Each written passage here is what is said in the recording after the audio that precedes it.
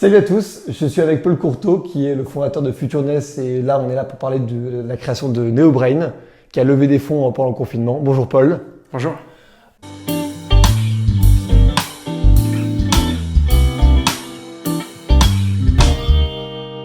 Qu'est-ce que NeoBrain?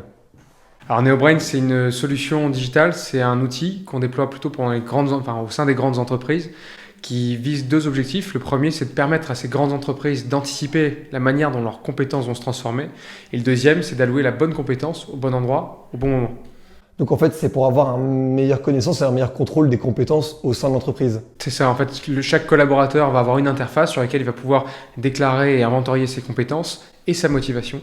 Et ça va permettre à l'entreprise de pouvoir faciliter l'identification des expertises internes et d'abord capitaliser sur leurs forces vives. Je vois très bien. Quelle était l'idée de départ? Comment ça t'est venu?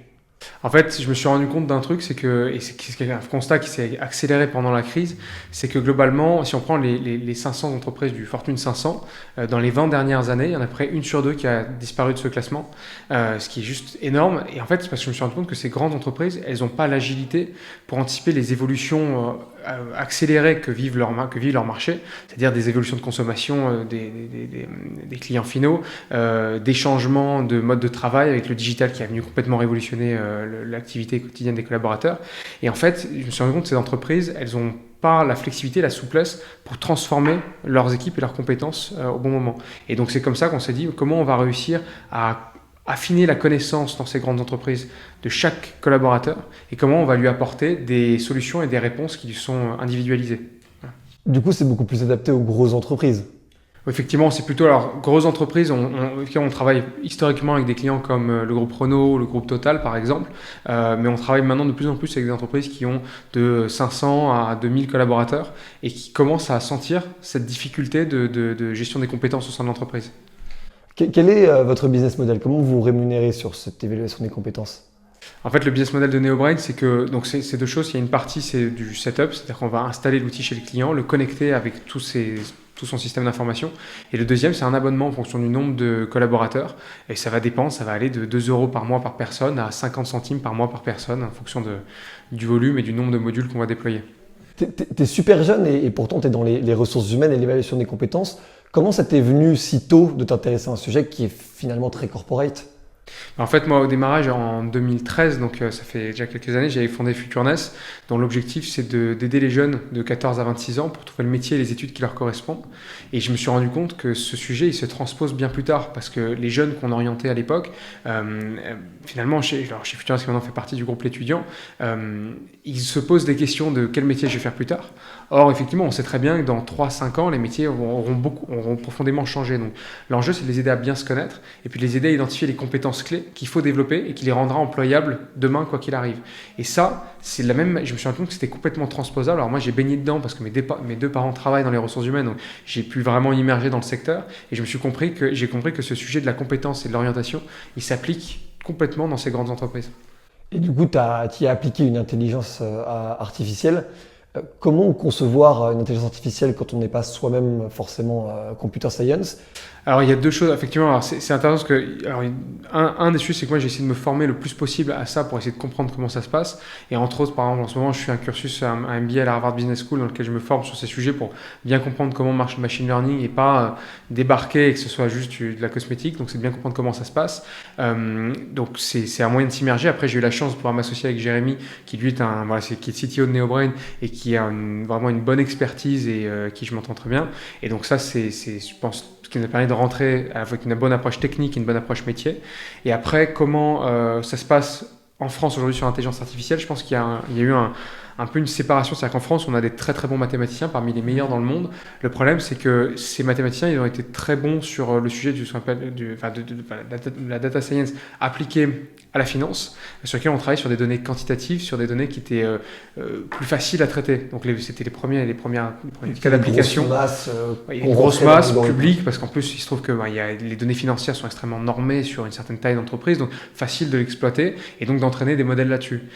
Plus compliqué, et c'est là ce c'est là où je pense que la France a pris un peu de retard, c'est tous les sujets de ce qu'on appelle le Natural Language Processing, c'est être capable de transposer du texte non structuré, de la parole, en vecteur, en chiffres, et ça d'être capable du coup de l'utiliser, en l'occurrence nous dans les compétences, c'est-à-dire être capable de comprendre, d'entraîner un système capable de comprendre qu'est-ce qu'une compétence, qu'est-ce qu'une activité, qu'est-ce qu'une tâche, qu'est-ce qu'une mission, et de contextualiser tout ça.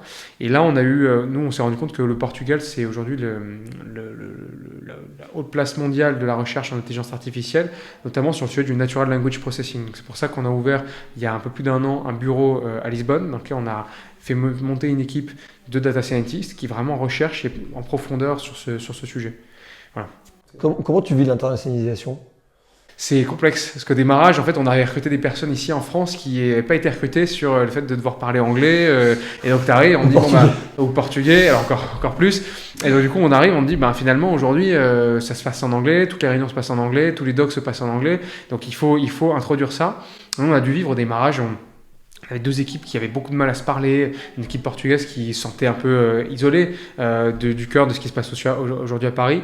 Donc on a dû apprendre à mixer des processus, à mixer des équipes, à créer plus de moments de cohésion pour apprendre vraiment à bosser ensemble. Et comment on devient chef d'entreprise d'une petite équipe puis d'une beaucoup plus grosse équipe maintenant ? Comment on vit la transition ? C'est une transition qui est complexe parce que tu passes d'un moment où tu as les mains dans le cambouis, où tu es dans tous les sujets, à un moment où en fait, si tu fais ça, le fondateur peut lui-même tuer sa propre boîte. Et ça, c'est le premier truc dont tu te rends compte qui est très très compliqué. Donc là, on est en train de vivre cette transition. C'est que moi, je dois passer d'un rôle où je suis partout dans tous les sujets en train d'infuser le truc, à comment on arrive à créer une entreprise qui est capable de passer à l'échelle. C'est-à-dire, il faut avoir conscience de pourquoi nos clients travaillent avec nous aujourd'hui. C'est important parce que ça, je me suis fait l'expérience de poser la question à un client et je t'assure que la réponse, elle est très étonnante. Les gens ne travaillent pas avec nous pour la raison qu'on avait aujourd'hui. On avait identifié des marges. Le marketing qui au final est différent de la réalité. Complètement. Quel conseil tu donnerais à quelqu'un qui en te regardant se dit que lui aussi il a envie de lancer un projet ? Quel conseil tu lui donnerais de ton expérience ? C'est de passer, je pense, peu de temps à réfléchir à son sujet et beaucoup de temps à passer à l'action et d'être dans le concret. Parce qu'en fait, tu peux passer des mois, à l'époque chez FutureNet, c'était le cas, on a passé des mois à réfléchir à notre modèle. Et sur un tableur Excel, toute idée fait sens. Parce que c'est un peu la prophétie autoréalisatrice. Tu vois, tu crées un modèle qui justifie le fait que tu vas créer ta boîte. Donc, tu as cette première étape-là. Et je pense que c'est important d'aller très vite éprouver, tester ton système, voir comment ça se passe avec un client, comprendre vraiment quel est son besoin, comment ça se traduit. Et après, tu vas itérer. Et de construire une organisation, mais même d'abord soi-même, d'être déjà capable de se remettre en question très vite, parce qu'il faut être capable de rechallenger son modèle, de dire je pensais que c'était ça, notre vision c'était ça, et en fait tu te rends compte que c'est complètement à côté. Dit autre chose. Putain, tu tournes, tu pivotes, tu vas chercher quelque chose d'autre, et ça il faut être capable de l'accueillir, parce que démarrage c'est tellement sûr de ton idée que tu as envie de pousser jusqu'au bout, quoi. Voilà. Et après l'autre truc c'est la persévérance, c'est qu'il faut savoir quand tu te lances dans ce type d'activité, surtout quand tu es jeune, tu vas te prendre un nombre de claques monumental, et ça il faut le savoir. On les a vus. Ça, si tu te prends des claques, tu penses que ça va marcher, finalement ça marche pas. Au début, tu es impatient parce que les jeunes, souvent on est impatient, on veut que ça arrive tout de suite et en fait ça se passe pas et ça prend du temps et ça c'est compliqué. Et donc là, tu sors tes rames et tu as des moments t'as des phases de doute où c'est compliqué, tu rames et il faut pas lâcher, il faut persévérer, tu continues. Et c'est la dernière question, c'est la question du crayon. Qu'est-ce que ça t'évoque si je te dis trace tes contours ? Trace tes contours. Ouais. Moi, alors, le premier truc que ça m'évoque, c'est nos process en ce moment, parce qu'on est exactement dedans.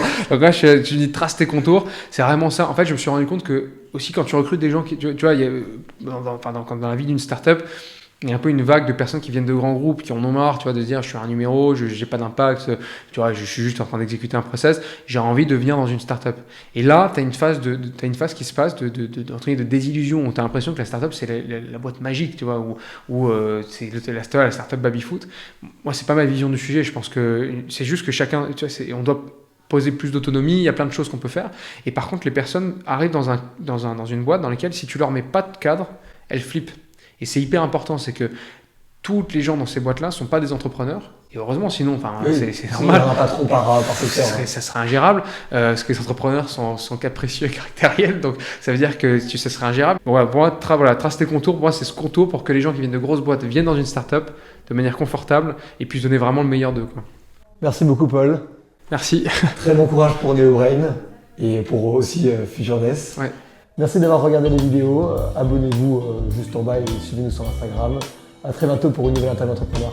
Ciao. Donc voilà, c'était l'interview avec Paul Courteau, qui est le fondateur de FutureNest et de NeoBrain. J'espère que ça vous a intéressé. Moi, je trouve que c'est extrêmement intéressant de voir comment quelqu'un qui n'était pas dans le domaine des RH directement a réussi à transvaser toute sa stratégie de FutureNest dans NeoBrain, et comment à 24 ans, on arrive à gérer des gens qui ont 40, 50 ans, et notamment 40 personnes, dont un bureau au Portugal. C'est extrêmement enrichissant de voir comment en fait tout est possible si jamais il y a énormément de travail et énormément d'action derrière. J'espère que vous avez bien aimé la vidéo. N'oubliez pas de vous abonner à notre compte Instagram, à notre compte YouTube, à me suivre sur Instagram, Le Crayon Média. Et à très bientôt pour de nouvelles vidéos d'interview entrepreneurs. Ciao!